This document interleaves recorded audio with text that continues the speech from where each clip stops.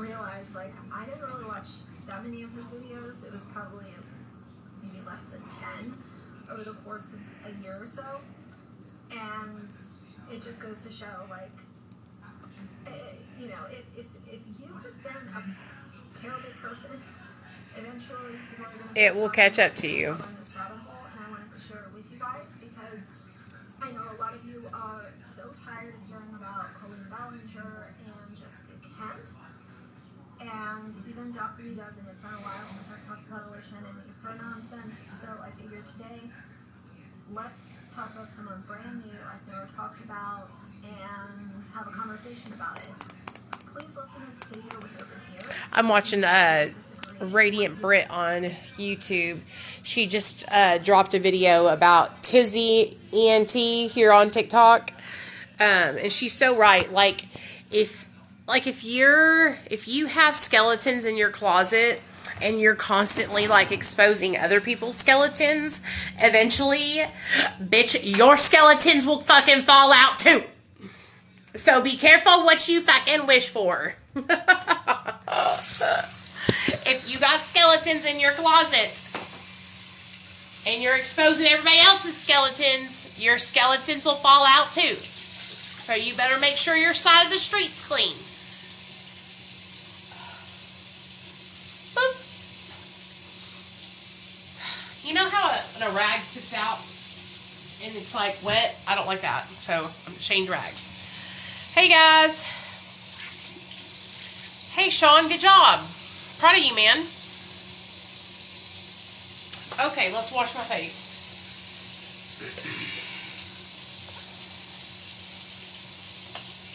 I'm getting ready to go to bed. I'm an old lady. I go to bed early. I sure do. Go to bed super early. Because I'm an old lady. And they're like my dad always used to tell me, hey Jules, hey Tammy, just like my dad always used to tell me when I was a kid. Ain't nothing good going on past 10 p.m., honey.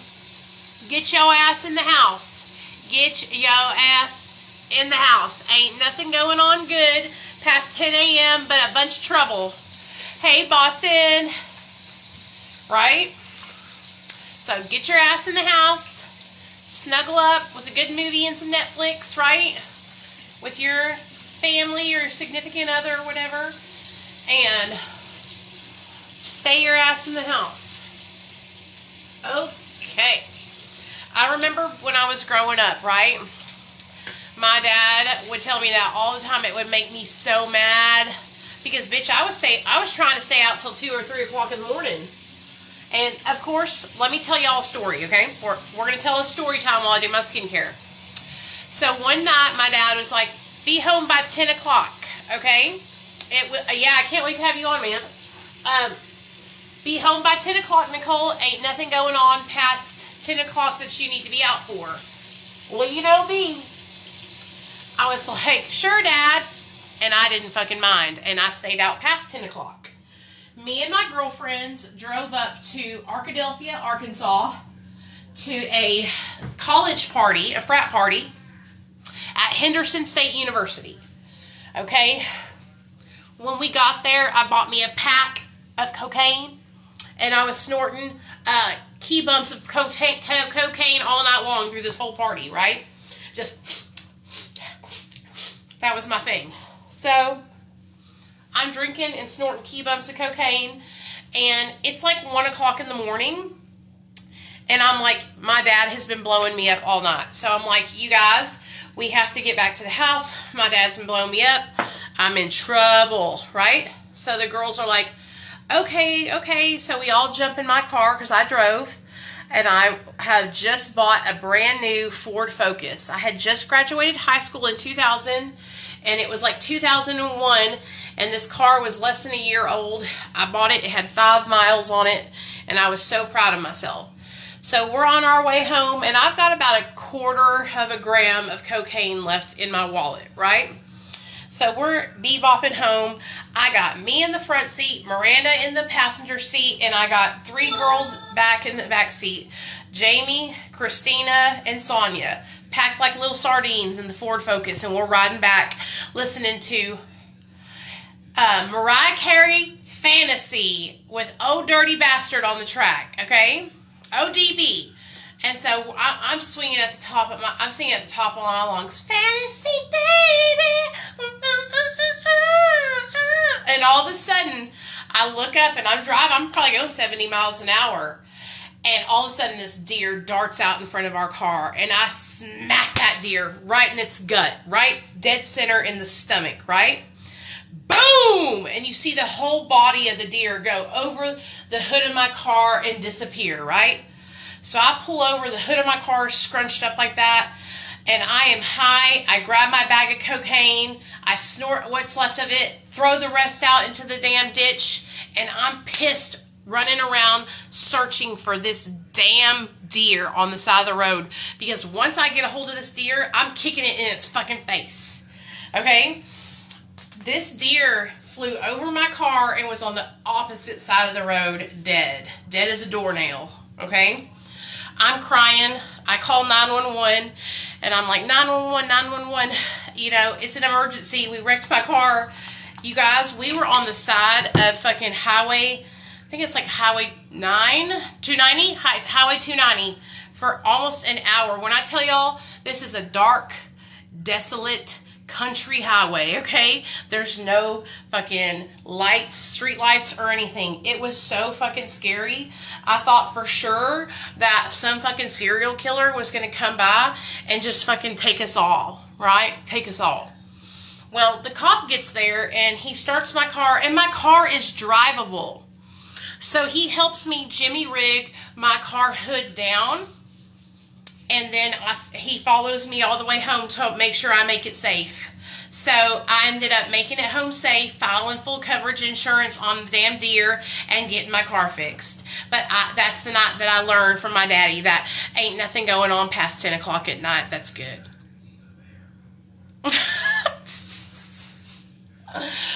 And I'll never forget, I wish I had listened to my dad, because that car was brand new and I wrecked it.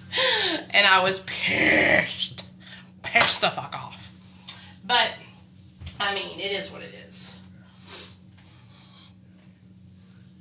Of course I got in trouble with my dad. When I got home, he came running outside, fucking screaming and yelling like a banshee. My dad's Italian, right? And, he was pissed. I mean, I didn't get a spanking or nothing. I was like 18 years old. But, I mean, I got yelled at real bad, you know? I got yelled at. I was crying. I was embarrassed because I wrecked my car. It was brand new. I was paying for it, you know? So, that's what sucked about it, is that, you know, I was paying for it. My mom and dad didn't pay my car payment or anything like that.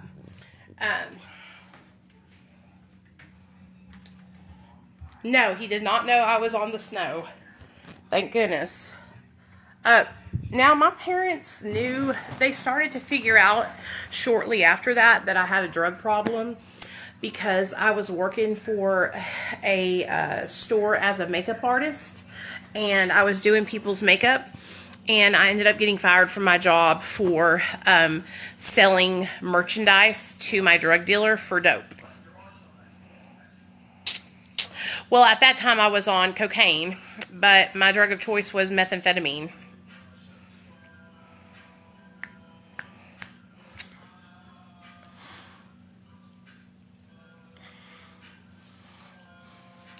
So once I ended up losing my job at the doing makeup, once I lost my job doing makeup, I got a job working for Shoe Carnival as an assistant manager. And then my dad helped me get a job working for the state of Arkansas. No, I don't do Adderall. Like amphetamine salts. I've taken Adderall before, but I don't prefer it. I don't like the way it makes me feel. I used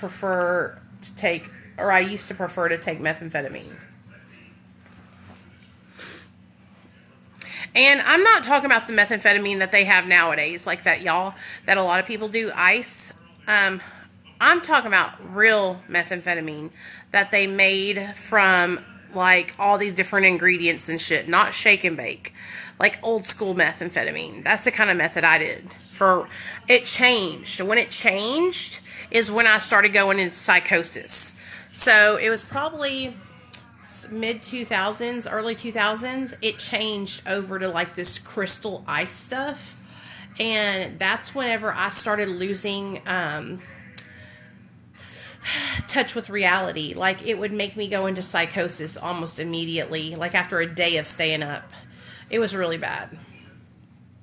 That was a lot of my issue, is that I would stay up for too many days and go into psychosis. I